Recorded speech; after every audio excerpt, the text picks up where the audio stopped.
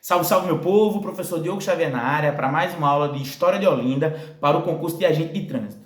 Na aula de hoje nós iremos trabalhar sobre arte olindense. A gente deu uma paradinha de uma semana, mas voltamos, vamos bater todo o edital, como eu falei aqui para vocês, beleza? E hoje, essa aula, a gente vai começar uma série de vídeos, porque o edital de vocês, ele cobra lá sobre vários elementos, então pintura, escultura, ele vai falar sobre música, teatro, então a gente vai falar sobre vários. Hoje eu começo dando um panorama geral para a gente compreender sobre o que é arte e especificamente o que é arte olindense. Tranquilo? Então vamos lá. Então antes, o que a gente tem? Primeiro, curta, comenta e compartilha.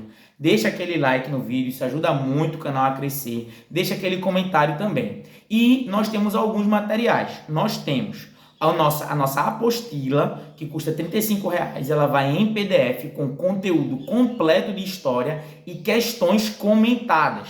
Nós temos também o nosso curso completo de História de Olinda. São 4 aulas, cada uma com 3 horas, com todo o conteúdo que vocês têm no edital e várias questões que eu vou comentando, falando para vocês numa aula. Então, se vocês quiserem, só falar comigo através do WhatsApp, que fica aqui na descrição. E teremos também a nossa aula de campo no dia 14 de abril. Então, se você tem interesse na nossa aula de campo em Olinda, pode falar comigo aqui através do WhatsApp, que eu sempre deixo aqui na descrição. Beleza? Vamos embora. Minha gente, o que nós podemos começar primeiro entendendo o que é arte?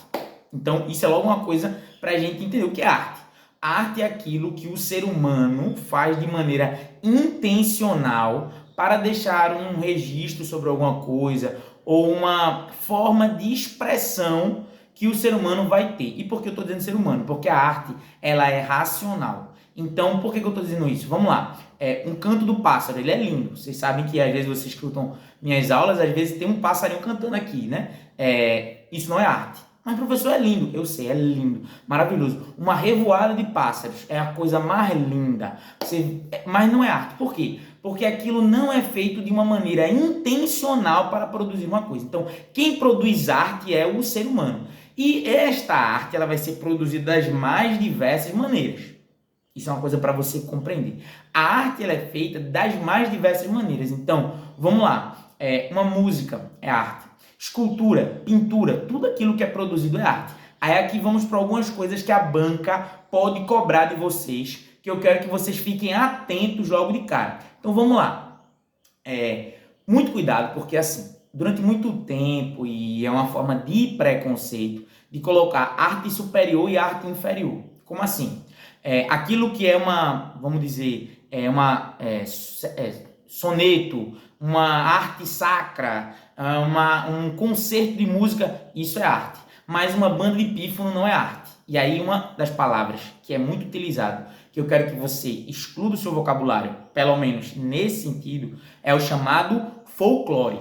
Por quê? Porque muitas vezes o folclore ele é utilizado de uma maneira pejorativa para falar sobre algo. Então, quando a gente vai falar sobre arte olindense, a gente vai ver como vários artistas, um deles é o Bajado, por exemplo, que eu já vou dizer de cara, que ele tá na música, ele tá na pintura, mas ele não era um artista estudado, que fez universidade, ele era um artista popular. Gente, arte popular também é arte. E uma coisa que eu quero que você bote na sua cabeça, de cara aqui, gente, música, cultura, dança, não existe superior e inferior. Grava isso para a tua prova, porque é muito relevante. Sabe por quê? Porque, vamos lá, a cidade de Olinda é rica em cultura de rua. Vou usar aqui o exemplo do maracatu, do frevo, da arte, do artesanato. Tudo isso é arte.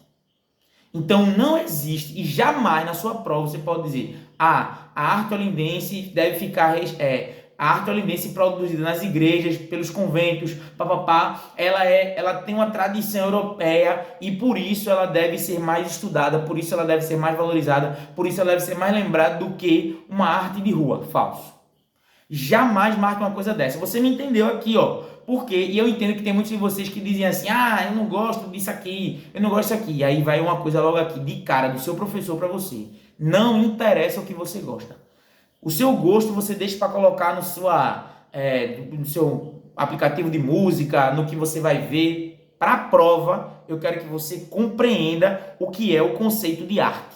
E eu quero que você compreenda que a arte produzida em Olinda, ela vai ter arte mais mais refinada, no sentido de uma tradição que vem do estudo da música, da literatura e tudo mais, mas ela também vai ter fortemente um estudo, uma música, uma arte popular, que vem de pintores populares, de cantores, que vão estar fazendo tudo aquilo. Eu uso, por exemplo, um cantor que todo mundo conhece, é o Seu Valença. A Seu Valença, ele tem a música de carnaval, que ele vai fazer, e ele também, durante um ano, ele faz as valencianas, onde ele vai pegar a orquestra e vai fazer música. Tudo bem, gente? Então, eu gosto de fazer isso, frisar isso para você não errar na sua prova. Beleza? Pausa para água.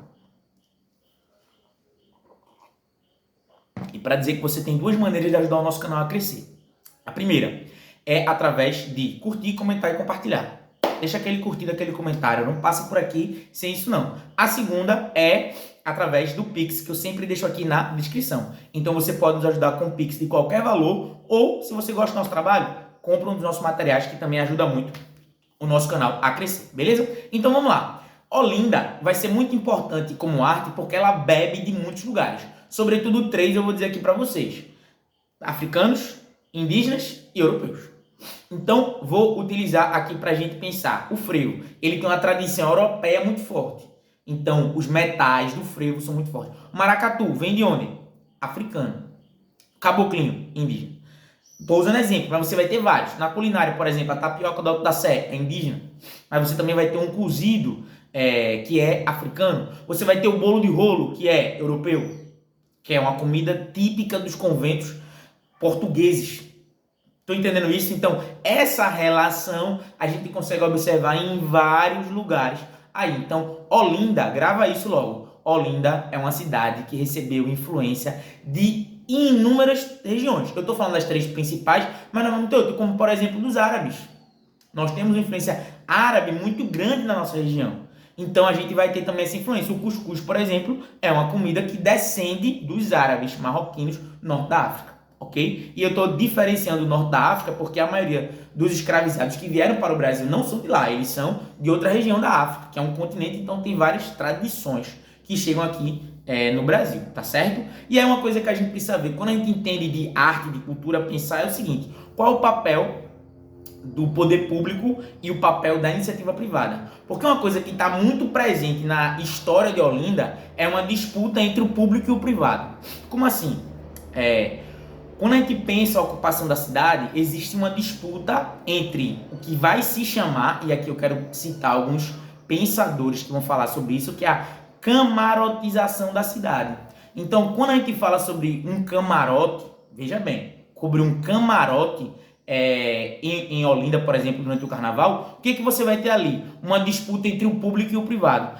Parte da população que quer brincar o carnaval de rua e parte da população que quer brincar um carnaval fechado, pago, só que nem todo mundo tem condições. E qual é a grande marca do carnaval de Olinda? Ser um carnaval popular, um carnaval onde todo mundo pode brincar. Então, quando você coloca um valor, e sempre é um valor muito caro, né, obviamente, você proíbe que determinadas pessoas de um determinado grupo social, e vamos lá, geralmente uma determinada cor de pele, nós sabemos que o Brasil tem a demarcação de raça muito importante. Onde é que a gente vai ver isso? Nós vamos ver exatamente nessa relação do público e privado. E qual o papel do poder público? Agora grava isso. Mas não pode mudar. O poder público tem a obrigação de incentivar a cultura. Incentivar a cultura nem sempre tem a ver com lucro. Como assim, professor? Vamos lá. Olinda tem diversos espaços de cultura e ela precisa ser um berço, um celeiro cultural. Como é que uma pessoa que está começando a carreira artística, um artista olindense, por exemplo, ele vai conseguir manter as suas tradições? Ou alguém que está começando a carreira, ou alguém que tem uma tradição cultural muito forte regada no seu bairro, como, por exemplo, o coco de umbigada, que você vai ter ali com Mãe Beth. Dois exemplos. Você vai ter que fazer como isso? Investimento cultural. De quem? Da prefeitura. Do governo do estado também, da União também, mas no caso específico da gente, da prefeitura. Para quê? Então você vai colocar dinheiro numa coisa que não dá lucro? Vai. Por quê? Por alguns motivos. Primeiro, incentiva a cultura, isso é uma obrigação. Segundo, na nossa Constituição, artigo 5º tem vários direitos. Se eu falar aqui direito à educação, à saúde, você sabe disso. Mas você sabia que nós temos direito ao lazer? Todos nós temos direito ao lazer. Então, quando a prefeitura ela investe num serviço de cultura, ela está dando o direito que as pessoas que não têm condições de pagar uma festa privada participem daquele instrumento cultural. Entenderam isso? Então a gente pode pensar a cultura de maneira mais ampla para entender isso. Qual o papel também do poder público? Incentivar. Porque o cara que é iniciativa privada, aqui em Pernambuco nós temos vários eventos, vou dizer assim um exemplo, né? É o Samba Recife. Ele vai investir em quem? No cantor renomado. Que ele vai meter a cara do artista lá no outdoor e a pessoa vai querer comprar o ingresso caro para ver aquele artista. Ele não vai, vou botar dinheiro num cara aqui que está começando agora. Não. Quem faz isso? A prefeitura. Entenderam como a gente precisa pensar a cultura de uma maneira ampla? Por que também? Porque a gente precisa manter a tradição viva. Eu falei de Alceu Valença. Alceu Valença não vai viver para sempre. Né? Então, quem precisa tocar, pegar a tocha da cultura? Os mais novos. Então, o papel das prefeituras, do poder público é também esse. Para a gente conseguir pensar, compreender, entender como é que entra a cultura nesses espaços e ela permanecendo e entendendo todo esse aspecto cultural. Beleza, meu povo? Entenderam? Então isso é pra gente dar um panorama geral. A partir da próxima aula, que vai ser na quinta-feira, a gente começa a destrinchar cada uma das partes que tem lá no edital de vocês. Firmeza? Tamo junto. Forte abraço.